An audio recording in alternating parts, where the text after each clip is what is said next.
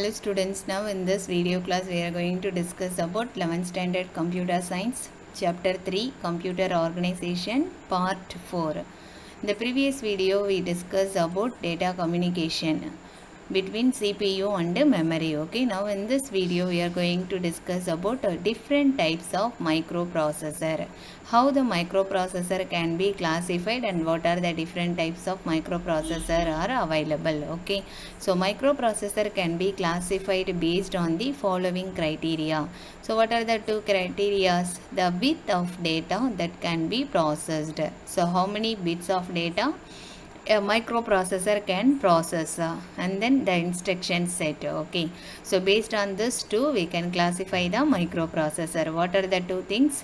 The width of data that can be processed, and then the instruction set. Okay, now you can see in detail classifications of microprocessor based on the data width, that is how many bits it takes to process. Okay, so depending on the data width, microprocessor can process instructions. The microprocessor can be classified as follows. Okay, so 8-bit microprocessor, 16-bit microprocessor, 32-bit microprocessor, and then 64-bit microprocessor. Okay, classifications of microprocessor based on the instruction set, how many instruction it takes to process. Okay, so based on that instruction set, the microprocessor can be classified into two types. Okay, now you can see one by one.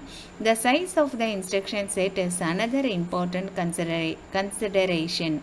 While categorizing microprocessor, initially the microprocessor had very small instruction sets because complex hardware was expensive as well as difficult to build.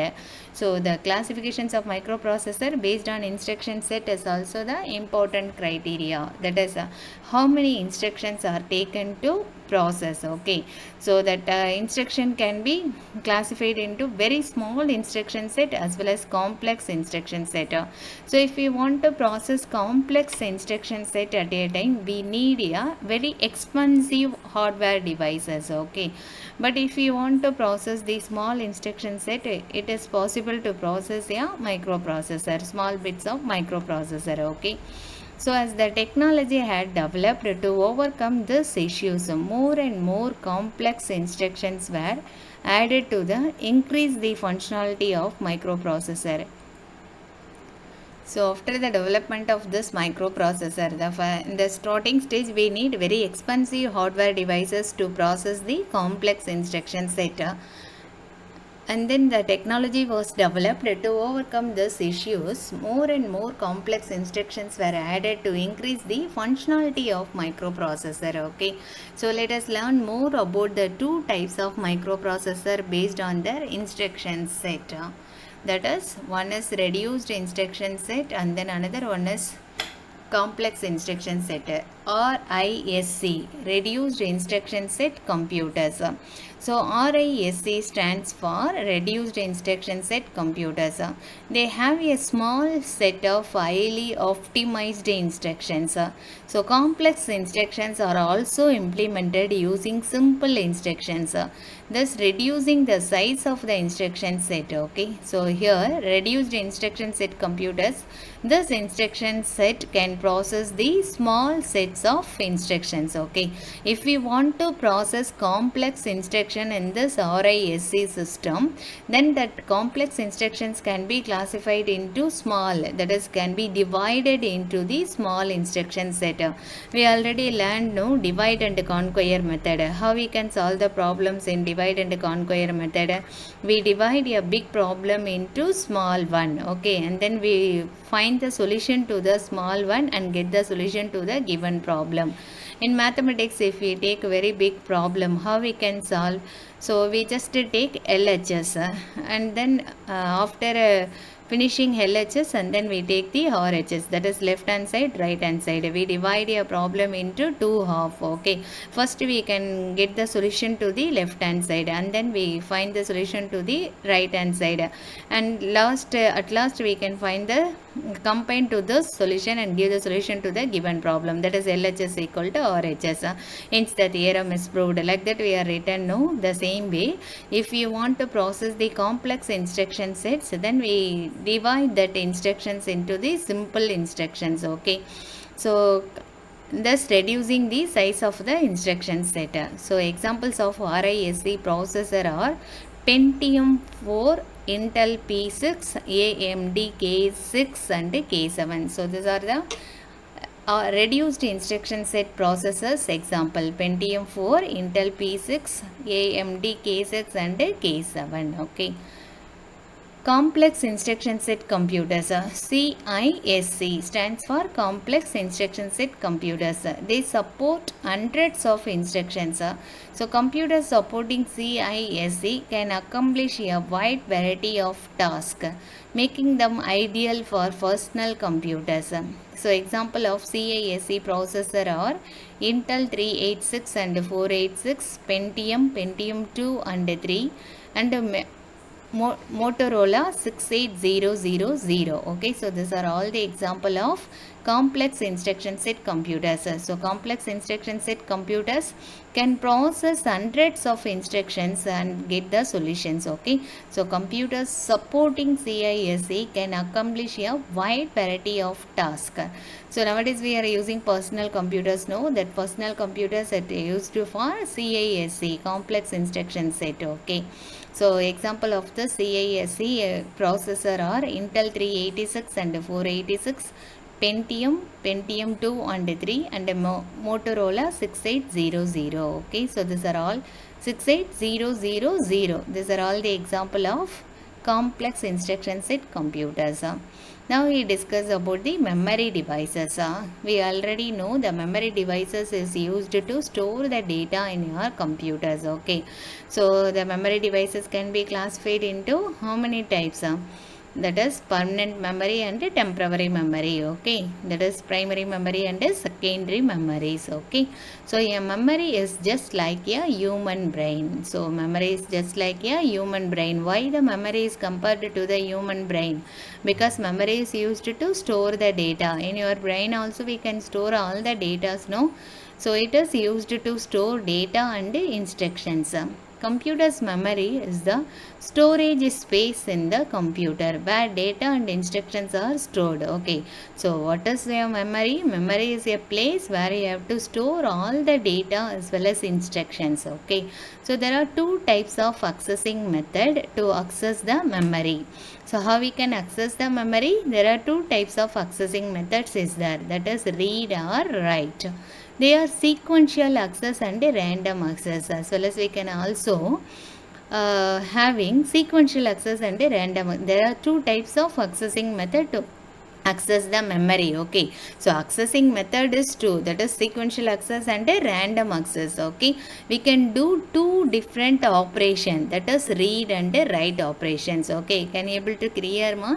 That is types of accessing is there are two types of access, sequential access and a random access. So what are the different types of operations can be done in memory devices? Read or write operation. Okay, now you can see the accessing methods. In sequential access, the memory is accessed in an orderly manner from starting to end. So sequence means we know, that is in queuing method, that is we can access the data one after another. Okay, so if 100 instructions is there, we can access the data one by one. The first instruction can be accessed first, and then second, third, in sequence method, one after another we can access the data. Okay, in the same order, in which order it is stored, at that same order we can access the data.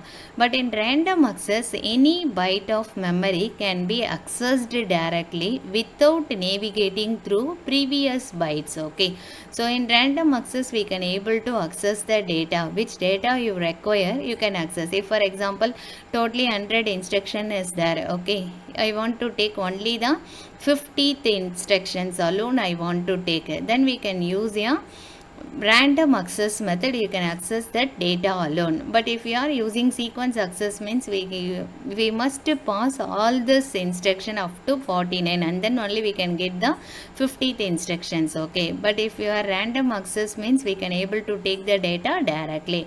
So for example, if you hear the music through your pen, so if you hear the music through the CDs, you can able to change it. Okay, so if you want to hear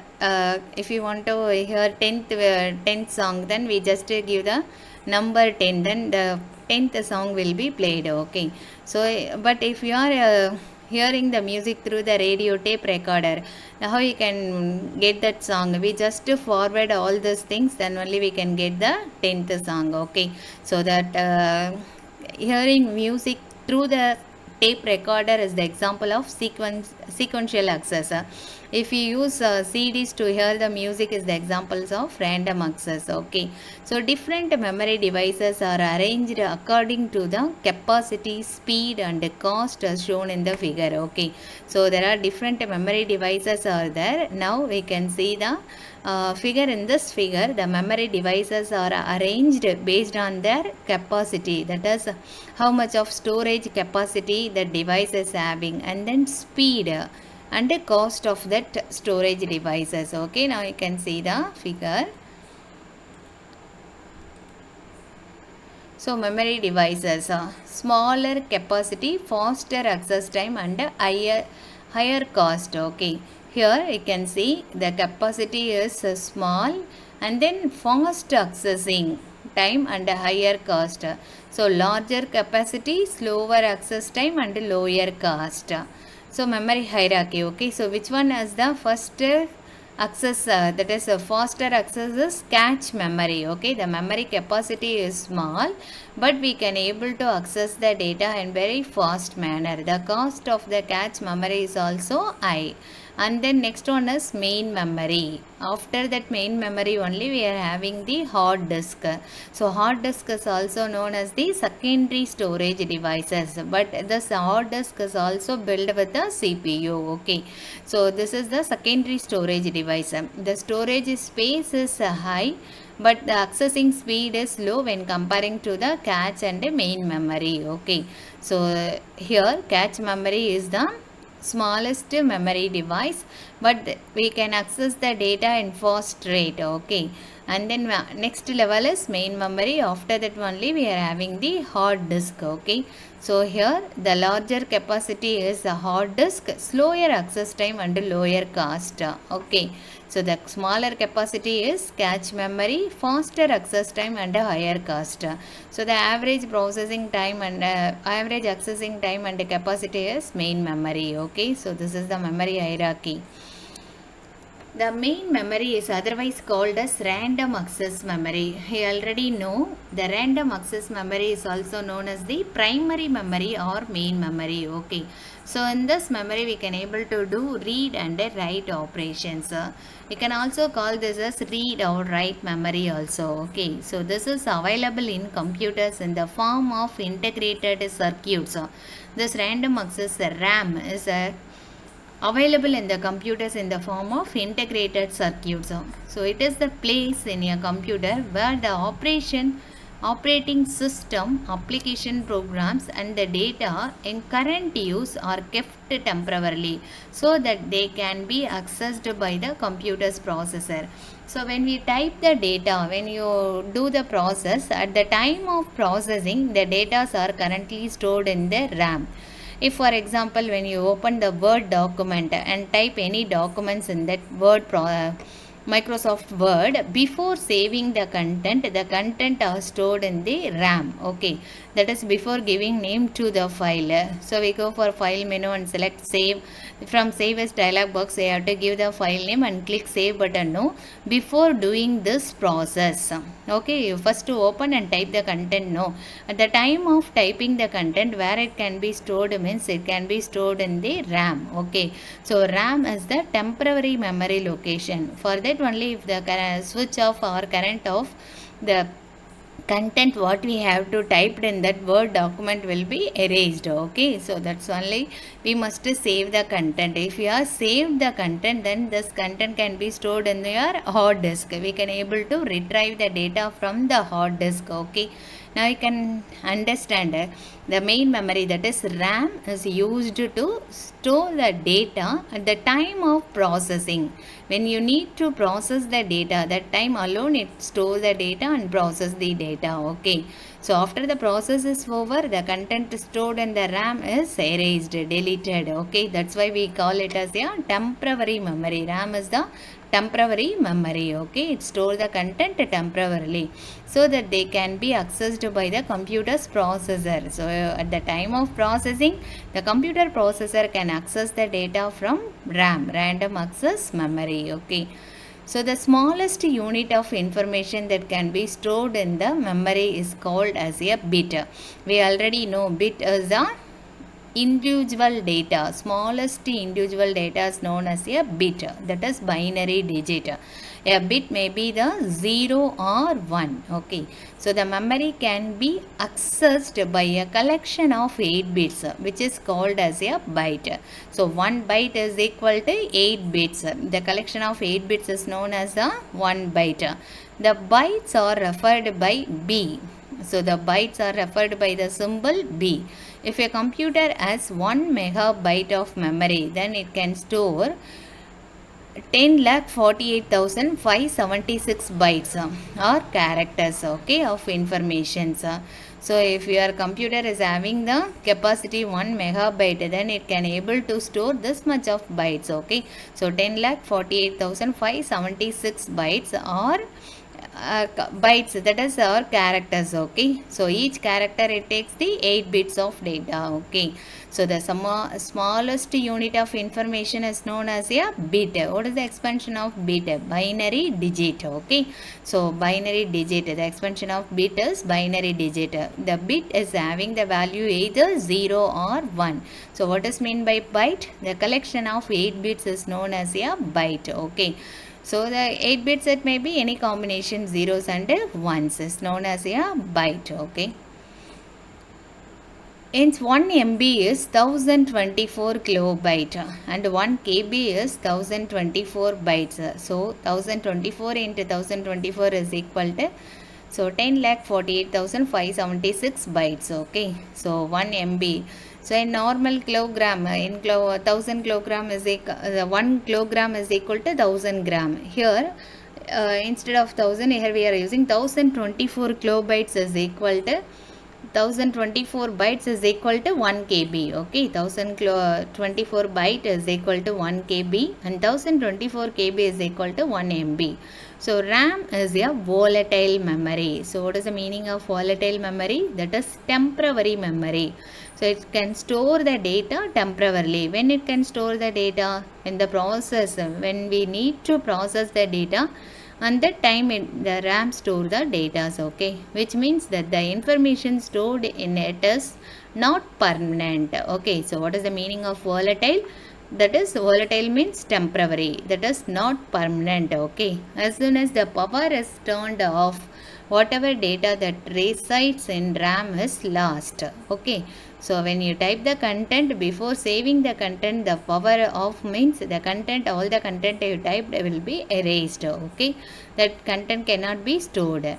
It allows both read and write operation. In RAM we can able to do both read and write operations. Okay, so now you can see the pictures of RAM chip. Okay, so I can see, so this is the model of RAM chip. Okay, so these chips are included in the motherboard.